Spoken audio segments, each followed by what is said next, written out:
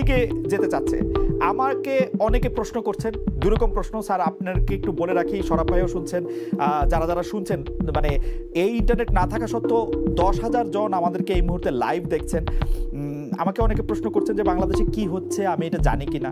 অনেকে প্রশ্ন করছেন এই অবস্থার মধ্যে আমি আমার অবস্থান কেন জানাচ্ছি না সেটির ব্যাপারে। এখন সাংবাদিক হিসেবে আমি কোনোদিন একটা অ্যাক্টিভিস্টের জায়গা নিতে চাই নাই, জার্নালিস্টে থাকতে চেয়েছি, কিন্তু আসলে তো এটা মানে এইরকম ইনফরমেশনের মধ্যে থাকা তো একটা ট্রমাটিক একটা ব্যাপার, মানে এটা তো নেওয়া যাচ্ছে না আসলে। এটা আসলে যাচ্ছে কোন দিকে?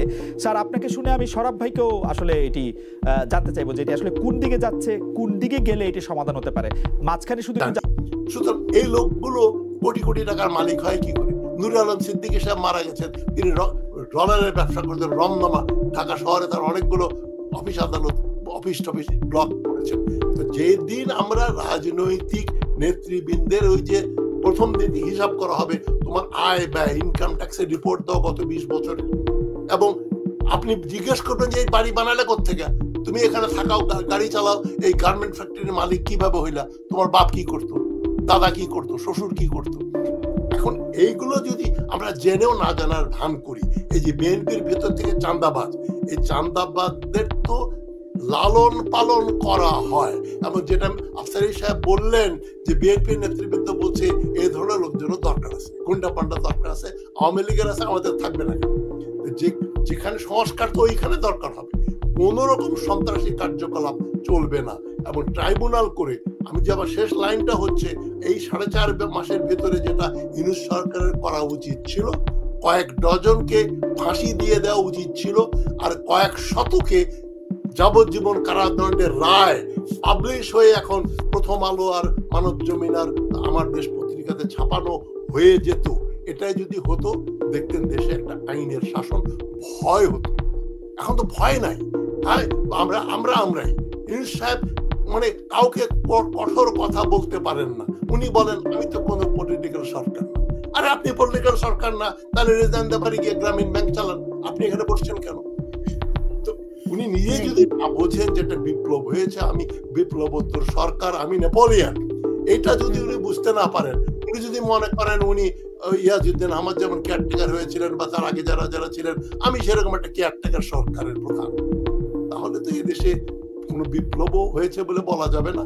এবং যেটা ফলো করবে anarchy, another 10 years 20 years of anarchy, ওই অ্যানার্কি বাংলাদেশ সাস্টেইন করতে পারবে কিনা, এটা একটা $1 বিলিয়ন কোয়েশ্চেন। তো আমি আপনাদের আশঙ্কার কথা বলছি, দুর্যোগ অন্য দুর্যোগ না, দুর্যোগ হবে এই যে শাসন ব্যবস্থা যদি ভেঙে পড়ে, শুধু নির্বাচন করে বিএনপি ক্ষমতায় গেলে, ওই সমস্ত চেনা মুখ দিয়ে শাসন করলে, ওই আওয়ামী লীগের গুন্ডা পান্ডা গুলো চলে আসে, এরা ভাড়ায় পাওয়া যায়। এই গুন্ডা গুলা কালকে বিএনপি করে, পরশুদিন আরেক পার্টি করবে। আমার শেষ লাইন হচ্ছে, ওই একজন এমপি ছিলেন আব্দুল খালেক, মিরপুরের, মনে আছে, ওই বিউটি সিনেমা হলের মালিক, অনেক ট্রাকের মালিক। আব্দুল খালেক সাহেব একটা সুন্দর কথা বলেছেন, সুন্দর ইন এ সার্কাস্টিক ওয়ে। উনি বলেছিলেন যে আমি কিন্তু যখন যে সরকার, যে দল ক্ষমতায় আসে ওই দল করি, আওয়ামী লীগ, জাতীয় পার্টি, বিএনপি। তার মানে উনি হচ্ছেন একটা প্রেজেন্ট গভর্নমেন্ট পার্টি। আমি একটা শব্দ কয়েন করেছিলাম, পিজিপি। যখন যে সরকার ক্ষমতায় থাকে আমি সেই সরকারি দল করি, আর জনগণ তাদেরকে ঘৃণা করে না। এই কালচারাল গ্যাপটা যদি আপনি দূর করতে না পারেন, যে খারাপ লোক ক্ষমতায় বসবে, জনগণ সহ্য করবে না।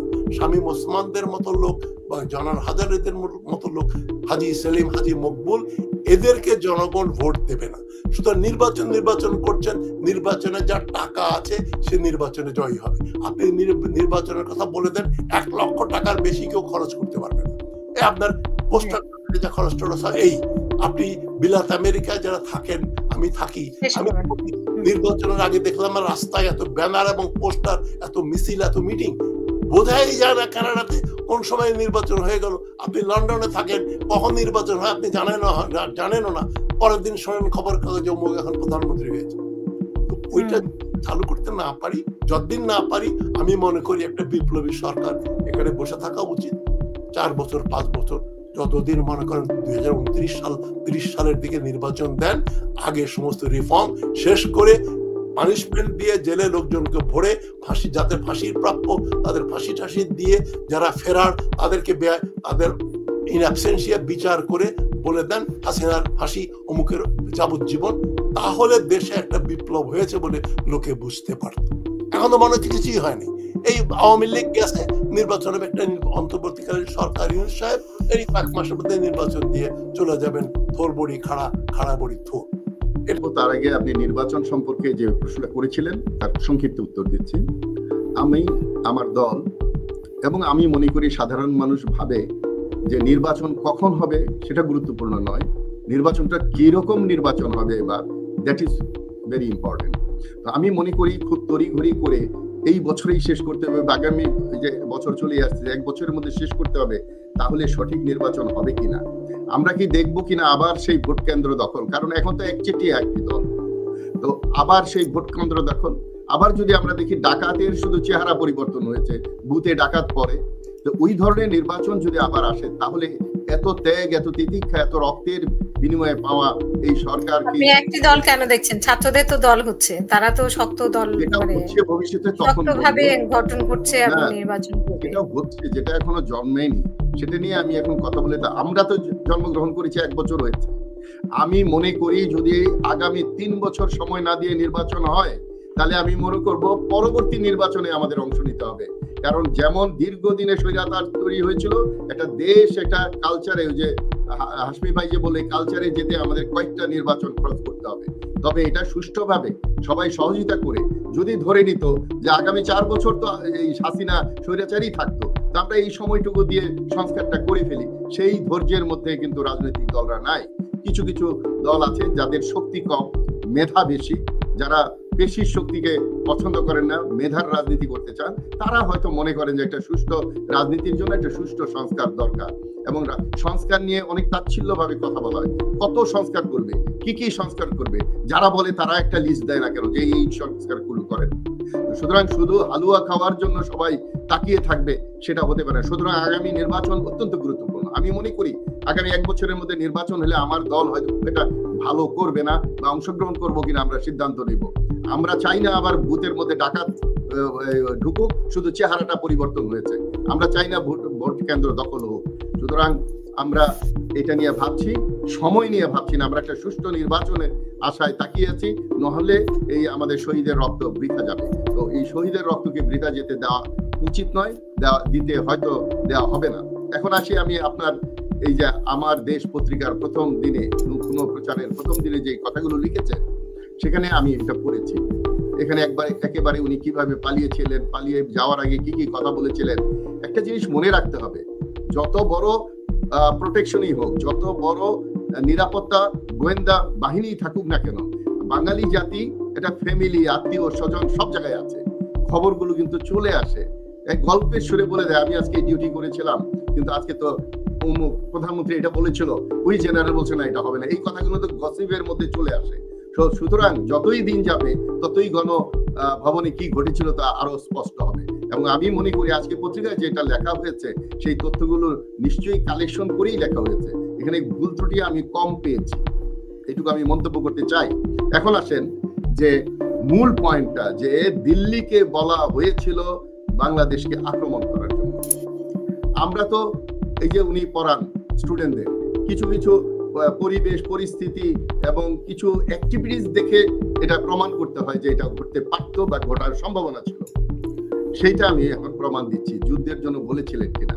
নাম্বার 1 হলো যে যেই সরকার নিজ দেশের সশস্ত্র বাহিনীকে মেরুদণ্ড শক্ত করে দাঁড়াতে দেয় না, যেই সরকার নিজের দেশের সশস্ত্র বাহিনীকে ধ্বংস করে, সেই সরকার কখনো জনগণের সরকার বা দেশপ্রেমিক সরকার হতে পারে না।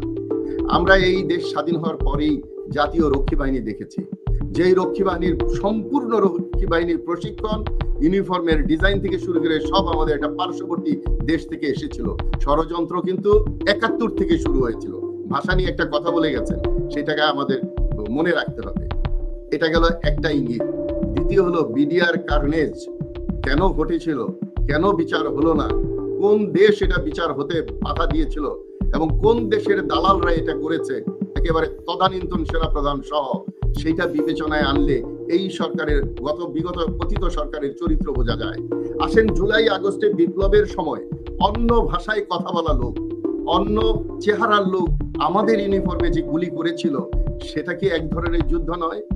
তো সুতরাং আমি মনে করি ওই তখন শেখ হাসিনা বলেছিলেন আইজিপি কে দেখিয়ে সেনাপ্রধানকে যে আইজিপি পারে, পুলিশ পারে, তোমরা পারো না কেন গুলি চালাতে? এখানে একটা মানবিক সিদ্ধান্ত নিয়েছিল সেনাপ্রধান, এই জন্য হয়তো সারা জীবন উনি স্যালিউট পাবেন।